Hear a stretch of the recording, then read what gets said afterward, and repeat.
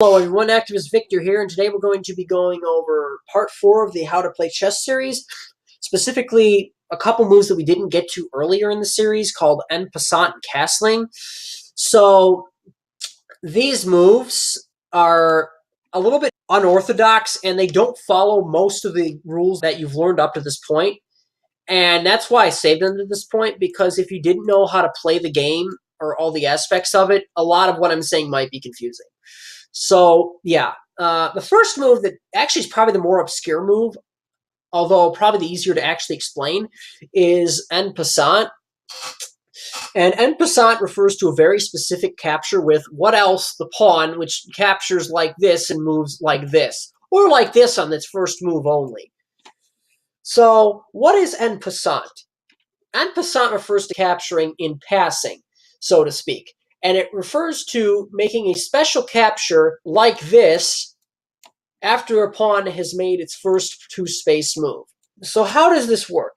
Let's just say that black had a pawn here, and white decided that to bypass this pawn, he wanted to move here so that the black pawn was not attacking it, quote-unquote. Well, it turns out that black, if they so desired, could still capture this pawn if they did so on the next move, so to speak, capturing it in passing from here to here. And to do this, they capture like they capture any other piece. They move one space diagonally forward. The piece is removed from play, and then it would be white's turn. So that's en passing, or capturing en passant for you, the basics of it. However, though, this can only be done immediately after the two-space move with a pawn. So if black decided that they wanted to do this first, and then white did some other move over here, doesn't matter what. And then black's like, oh, now I want to capture en passant. Now it's not a legal move because they didn't act when they had the opportunity. It has to be done immediately after the two-space move by the opponent's pawn. Now, of course, that's not to say that if white decided to do this at a later time that he couldn't capture like this. But for a given pawn, if you want to capture it en passant, first of all, your pawn must be located here. Not here, not here, not here, here. And you need to capture, as you would normally capture, immediately after that two-space move by this pawn. So I think that's pretty straightforward en passant for you. Typically, you're not obligated to capture en passant, although one exception is obviously if the only move that you could make legally was to capture en passant, then you obviously would have to capture that way. But that's pretty uncommon. I don't think I've ever played a game myself where that's happened, but it is something that it is very useful to know about, and it's something you can impress your friends and even more experienced chess players by saying, hey, I know how to do this, and I bet you didn't think I knew how to do it. So that being said, get this out of here. This new editor, this live chessboard editor, is a pain. So that being said, now we're going to move on to castling, which is probably the more well-known of the unorthodox moves. And it involves the king and the rook. And furthermore, it is the only situation in which you can move two pieces in any one turn. Now, how does castling work? Well, for the king to castle with the rook, the king moves two spaces towards the rook moves two spaces towards where the king started the move, and that's castling for you. And it can be done on the other side of the board as well. The king would still move two spaces towards the rook. Well, the rook actually moves three spaces. I lied when I said two over here. It moves three spaces towards where the king started the move. And the king, and this is castling. Now, this is castling king side over here because the king starts closer to this side of the board, and this is castling queen side. But they both involve the king moving two spaces towards the rook, and the rook going to one space horizontally away from where the king started the move. Now, there are exceptions as to when you can do this. First of all, as you may have noticed, I removed all the pieces out of the way of the castling pieces. And that's because if there's a piece that is between the two pieces that you are trying to castle, you cannot castle with those two pieces. So here, this king cannot castle with this rook because there's a piece in between it and the rook. It can, however, castle over here because there are no pieces in between it and the rook. And this situation could be addressed by moving the bishop out of the way, and then the next move, the king could castle here.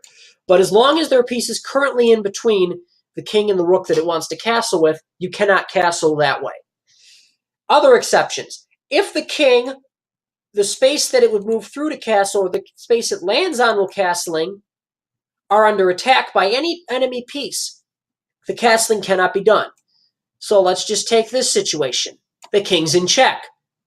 It cannot castle to get out of check because that's illegal. It's under attack. It has to address the situation, possibly by doing this, but it cannot do so by castling like so.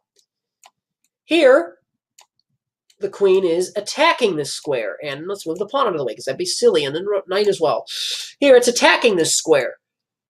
The king cannot move through it to castle because it's illegal to move through the square that's under attack to castle. And here, goodbye.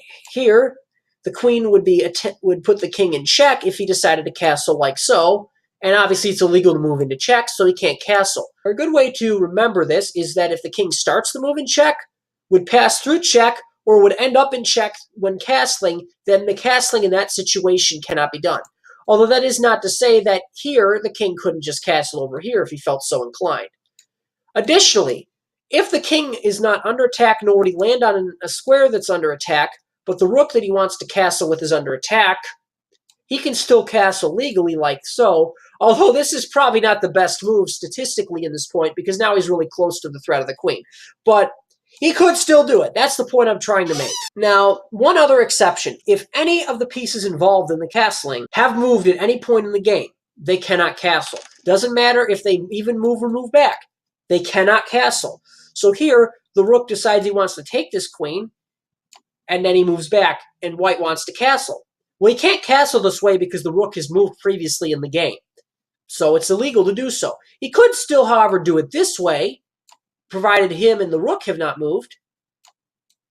However, though, if the king had moved earlier in the game for any reason and then decided to move back, castling cannot be done by that player throughout the remainder of the game because the king has moved, and as I said before, both the pieces involved in the castling move cannot have moved previously in the game for the castling move to be legal, basically. So that being said, I will address one more point.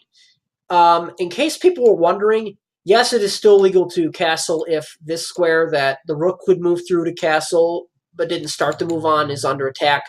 The king's the only one that cannot castle if he's under attack, would move through attack, or would land on attack. The rook is not a game-ending piece if it's captured, so it's not subject to such a restriction. That's one way to remember it. So anyways, I think I covered those moves pretty well. If you have any questions or if I left anything out, obviously I can edit it in. And with that, we're going to be moving on to something different in the next video. I haven't decided exactly what, but it's probably going to be opening strategy or like types of moves like the fork, the pin, the skewer, that type of stuff.